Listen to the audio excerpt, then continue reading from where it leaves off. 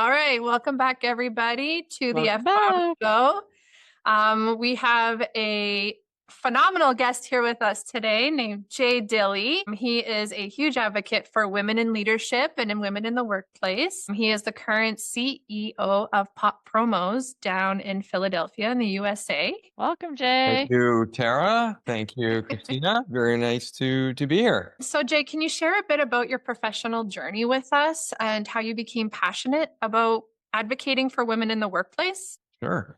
Let me start on we'll call it the personal side, if you will, because I think that'll seamlessly transition into some of the professional conversations a little bit more. So I grew up with some amazing female influences, some amazing women in my life. So my two grandmothers, my mom, my Aunt Carol, and I've got two sisters, younger sisters. And so I think that sets the stage for, a lot of the frame, if you will, of what my worldview was. And my dad was also very supportive. And so whether it was sports, education, or work, or even doing things around the house, I had a worldview.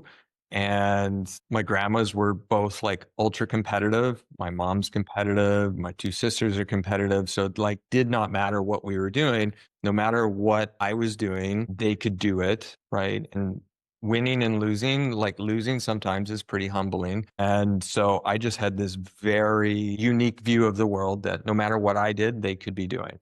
And so then if I take that into my professional journey, if you will, I've gone from industry to industry. So from airlines to the tech space, to the testing, inspection, certification space, now to the promotional product space, where we're manufacturing and marketing different products. So, and that ride has taken me from various different cities to different countries, right? And so that's exposed me to so many different people, so many different cultures, ways of thinking about things and that. And so along that way, I'll say that my passion, if you will, has evolved over time. I started out doing what I just believed was the right thing when I got into the workforce, and my nature is to always want to do more. So if Tara, you could probably think of this in terms of me as a person. I am trying to always get people to do more and be better, right? So I'm very action oriented. I'm like, we'll call it Marcus Buckingham, who's a great leadership author, would say, I'd be the kick in the pants that compels people to contribute their very best. And so when I engage on something, I go, hey, there's more we can do here. And so I think early on, when I started to get engaged and to support, there was like this immediate feedback loop of, wow, that really worked. And I was like, hey, what else can I do? Let's Right. take it up a level. Let's take it to another level. So that's how I think I started to just generate more passion. So is that Right. that competitiveness, Jay? Like you kind of, it sounds like not competitiveness, but the competitiveness that you kind of felt earlier kind of translates now into like, being this coach or this leader for individuals to bring the best out in them, right? 100. Like I can give you examples of what we'll say, somebody takes maternity, Yeah. right? And like, listen, I was the kind of person that wanted to make sure that the job that they had, like, they could be like 9 months pregnant, whatever it was so fucking good that they decided that I want to be the person that comes back. I don't want to like, everyone has to make a choice, but Yeah. let me make this the most difficult choice possible because it's such a great job. They're so Yeah. engaged that they want to come back, right? Yeah. That's the kind of, I don't know, environment I wanted to create, especially very early on for people, is that it was like, this is an amazing job. You can stay home or we're going to figure out something else, right? Because they Yeah. were, That's Yeah. awesome. I Yeah. know that in terms of like pushing people to do more, I should have explained in the intro that so Jay, I worked for Jay as a senior executive assistant over at another company. That was in the mining and minerals industry. So, as I started out as a senior executive assistant, I sat with Jay, I met with him like probably every day online because at that point you were in Vancouver and I was in Mississauga, Ontario. But there are times when I flew out there and I would sit there for a week with him or the team, and we would discuss like, what can we do to push this further? How can we achieve these goals? Like, let's sit here and create like this brainstorming session.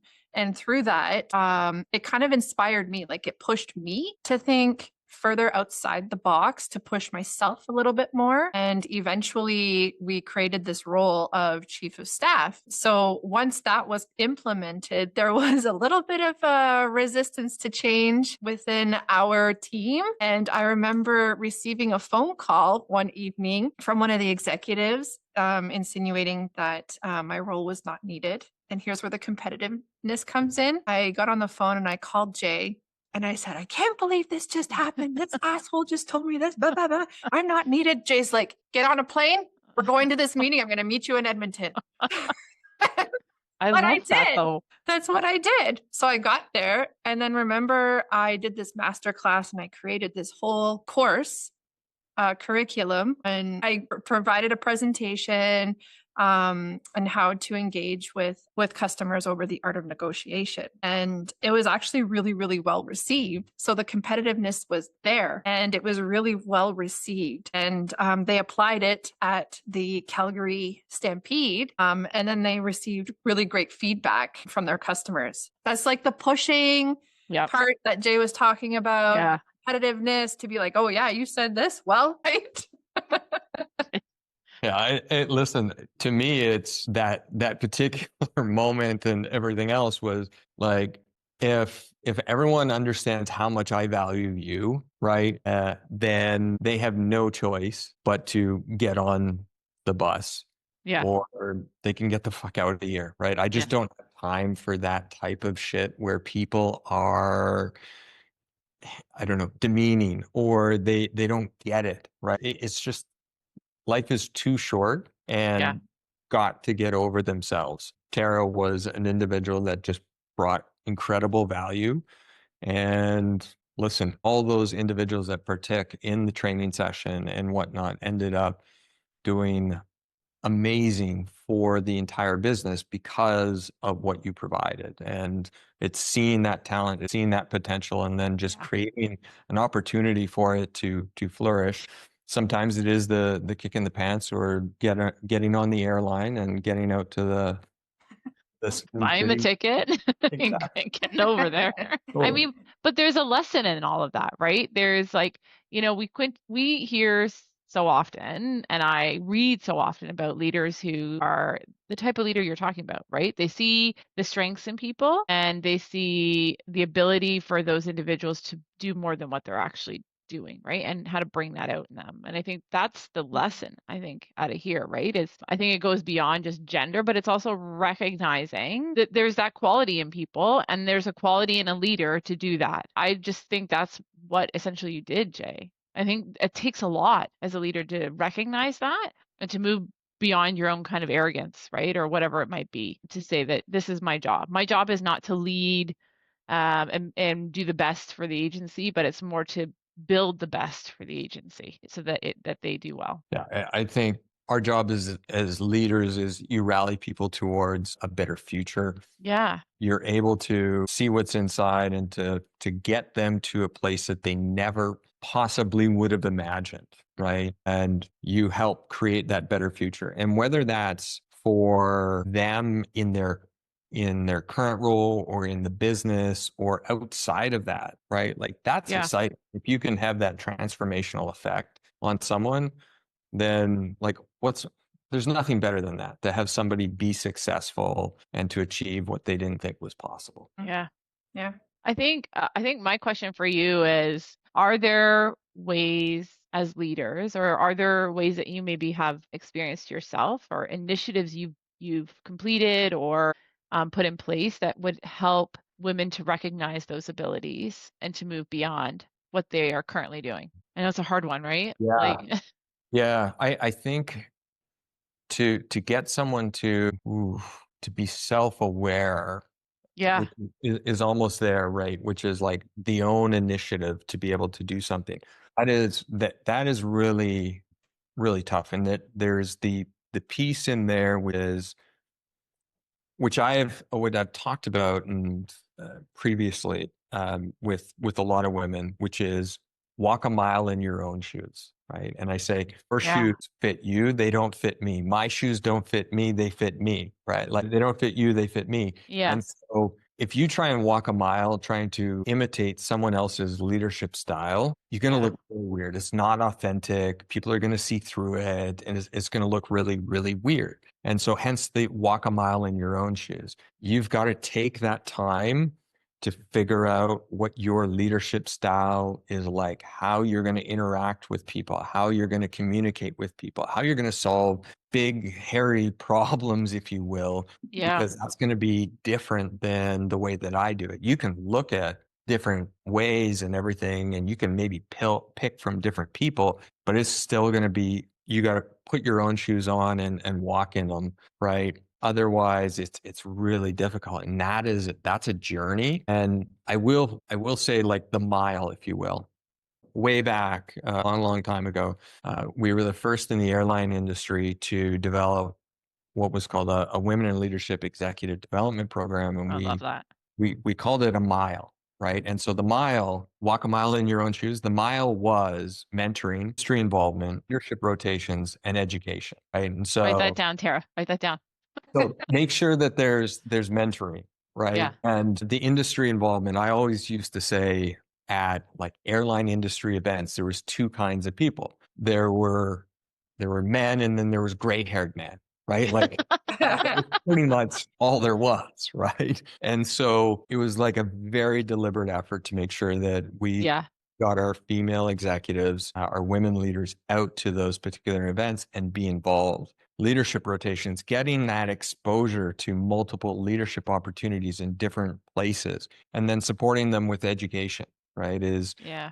That's a big thing. So that was kind of the mile, and you've got to go through it your own way. There is no shortcut to authentic leadership at some point in time, because it's going to just be different for every single person. Yeah. My leadership style, as Tara would know, I'm a big fan of what I called workiversaries. I love it. Like, hey, you've been here for a year. We're going to celebrate that you've been here for a year. No, we're going to wait for 5 years before we say, hey, great job, And so I'm out here having fun, taking pictures with people, talking to them, interacting. That works for me. Maybe it doesn't work for somebody else. Maybe there's Yeah. a different way. Yeah. So just figure out your own way by walking a mile in your own shoes. I think the mentorship piece is really important. Don't you think, Tara, too? Like having the right mentors at the right time, too. Right. Actually, Jay is part of a mentorship program based here in Ontario.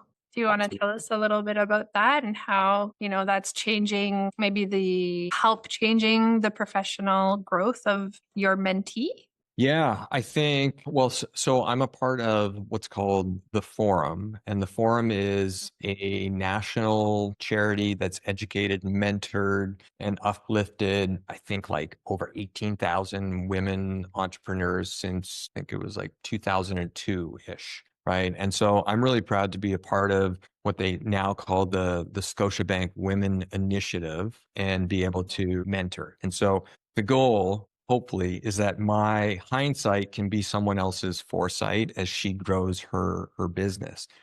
And from a mentoring perspective, whether it's internally mentoring within an organization or mentoring somebody externally, I think it's just so extraordinarily important to provide that ability for someone to tap into your knowledge, tap into your insights, and either say like, it's bullshit, or hey, there's Yeah. something good in there, and I take a nugget from that, right? Yeah. But it helps to open doors where maybe the doors weren't there, or Yeah. they weren't open, because I can make some connections for someone to say, hey, have you talked to this person? Or I can do an introduction, right? And that is just so valuable when you're either growing or building a business, or you just want to grow within your organization, is to have someone there alongside you, fighting for you, and have your best interest at heart. Because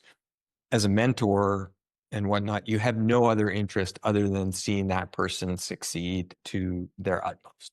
Yeah. Yeah. That's awesome. Maybe Jay, to kind of end things off, what would be like one piece of advice you'd like to share with like the listeners that we have and the importance of advocating for women in the workplace? Or even, a message to One message. other men that are, interested in advocating for women, but they don't really know where to start. Yeah, it's a big question. Lots of different answers. I don't think that there's a particularly right answer. All I could do is really share what my experience has been is think about the women in your life that have impacted you. Think about the kind of impact that you would like to be able to impart on someone that is in the workforce that you could relate to in some way, right? So whether it was your mom or your sister or an aunt or someone else, and just say like, how is that person being treated?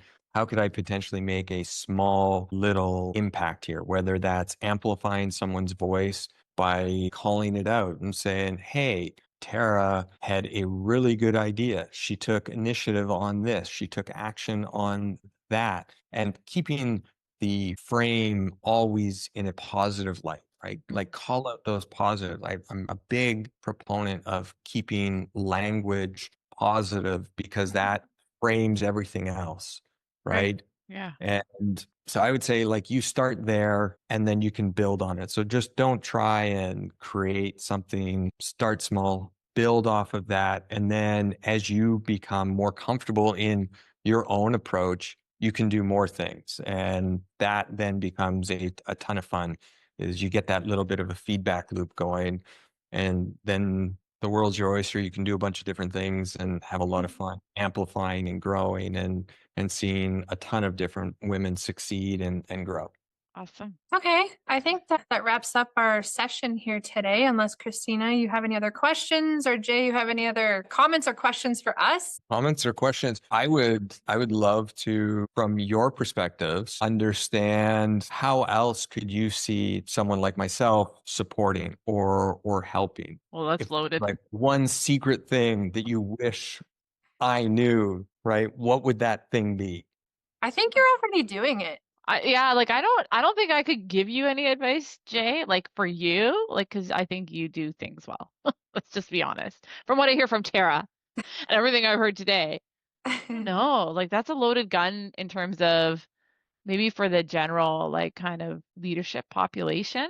But I also think it determines on it's really dependent on where you're situated as a leader too, right? Are you just starting out? Are you seasoned? Like I don't know. I think honestly, you're doing Doing more than what anybody else I know. yeah, attending those forums, Yeah. dedicating your own personal time in mentoring someone else. I know that you're a very big advocate with whatever organization you're working with. You make sure that the message is clear and that it's heard across the organization, not just in one department here or Yeah. there. Being here with us today, especially, and just speaking about, mentoring and Yeah. being an advocate for like women in leadership and how important it is, how it's changed over the years. And I don't think you need to change anything or do anything different. Well, listen, Tara knows this firsthand. I always ask for feedback, right? Yeah. Yeah. Start, stop, keep doing. So, to any of the listeners or anyone else, if there is a start, stop, keep, shoot it my way. I'll be honest and I'll be like, no fucking way I'm doing that. Thank you for having me on. I really appreciate it. Thanks, Thanks for Jay. being here, Jay. Really appreciate it. Yeah, it was nice meeting you. Nice chatting with you. All right.